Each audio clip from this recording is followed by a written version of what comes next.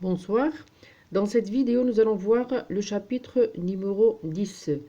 Alors, avant de voir le contenu de ce chapitre, nous allons faire un petit rappel pour mettre en situation le chapitre que nous allons voir aujourd'hui.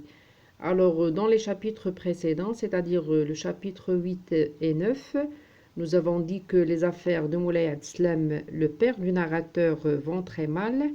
Il annonce à sa femme qu'il a perdu tout son capital lors des enchères des Hayk.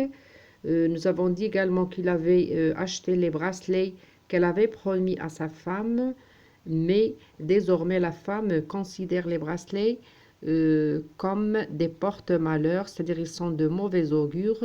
Pourquoi? Parce que juste après, son mari a perdu son capital. Donc là, nous allons voir le contenu de ce chapitre-là.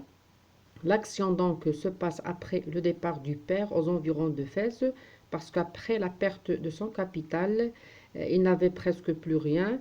Il a demandé à sa femme de faire des économies, et donc ils ont décidé aussi de vendre les bracelets pour qu'il puisse leur laisser une somme d'argent pendant son absence.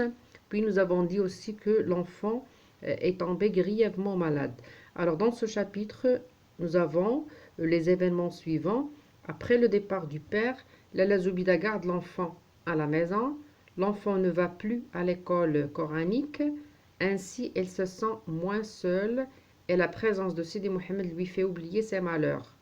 Chaque semaine, ils vont prier sous la coupole d'un saint. Ils sont allés voir Sid al-Arafi, un voyant aveugle.